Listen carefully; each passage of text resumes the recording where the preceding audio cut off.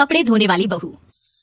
शादी के पहले से ही विभा को कपड़े धोने का बड़ा शौक था, कभी नाल के नीचे तो कभी तालाब के पास। अरे मेरी नीली वाली लुंगी नहीं दिख रही है। विभा की अम्मा कहाँ रखी है लुंगी? अरे वो तो विभा ने परसों ही धोकर रखी थी आपकी अलमारी में, देखो वहीं होगी। वो ना मैंने आज धो दी, मुझे लगा कि गंदी हो गई होगी।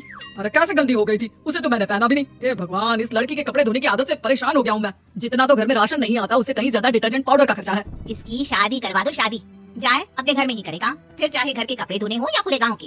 हाँ ठीक बोल रही हूँ, देखता हूँ मैं कोई लड़का। वो दिन भी आ जाता है जब विभा को देखने लड़के वाले आ जाते हैं। लड़की मुझे अच्छी लगी। होने वाली सास कहती है, बेटी अगर कुछ पूछना है तो पूछ लो। वैसे तो हमारी लड़की बहुत ही शर्मीली है, जो वो बोल दो वो मान लेती है, इसे क्या पूछना होगा। अरे कैसी बात कर रही हो माँ, मुझे इन लोगों के घर रहना है, सवाल तो कई है। हाँ हाँ बेटा पूछ लो ना, क्या पूछना है।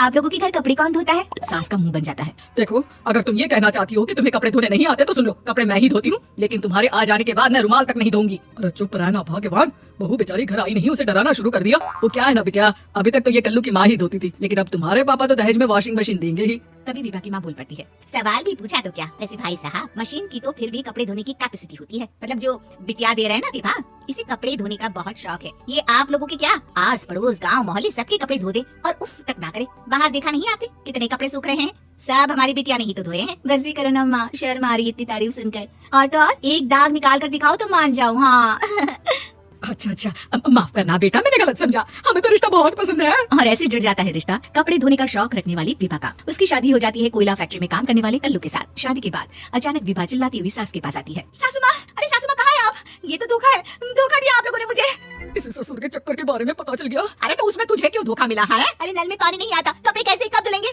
अच्छा अच्छा, तू पानी नहीं आ रहा उसकी बात कर रही है? तो आपने क्या सोचा? कुछ नहीं। अच्छा तेरी माँ ने कहा था कि कपड़े धोने का शौक है, तुझे याद आया मुझे। शौक शौक बोलकर कपड़े धोने वाले मेरे जुनून को कम ना आके सासू माँ, कपड़ा धोना मेरा गुरूर है। तभी पति भी वहाँ आ जाता है। अभी अभी मैंने इसे सनी देओल की फिल्म दिखाई है, उसी के डायलॉग मार रही है माँ। अच्छा सुन, साफ साफ बता रही हूँ, पानी सुबह 4 से 6 और शाम को 10 से 12 आता है, समझी? विभा टाइमिंग सुनकर हैरान हो जाती है। ये क्या भूतों का मोहल्ला है? सुबह 4 बजे उठकर कौन कपड़े धोता है? 4 बजे टंकी में पानी जाता है, फिर सारा दिन धोना ना, किसने मना किया? अरे कैसी बात कर रही है, 200 लीटर की टंकी में कितने कपड़े धो लूंगी मैं, सुबह ही उठ जाऊंगी मैं। अब क्या था, विभा सुबह 4 से लेकर रात के 12 बजे तक कपड़े ही धोती रहती। एक रोज सास पड़ोस से निकलकर कहीं जा रही होती है कि साथ वाली कहती है, हाँ कल्लू की माँ, जरा ये बताओ कि 2 साड़ी है, 2 ब्लाउज और एक पेटीकोट और एक नाड़ी वाला लंबा कच्चा। हाँ तो अरे तो क्या कितना लोगी धुलाई, ये बताओ। धोबन दिख रहे हैं हम क्या?